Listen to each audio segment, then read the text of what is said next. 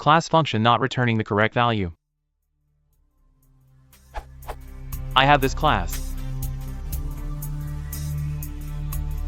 I need to generate 5 instances of this class, and only one instance will have a variable s with a value equal to true.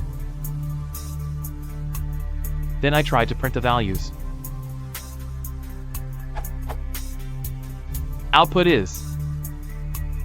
Shouldn't one of the value equals to true?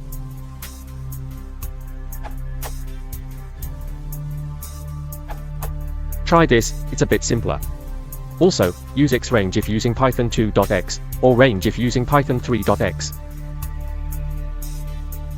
Your code is essentially correct, you just forgot to convert to int the command line argument.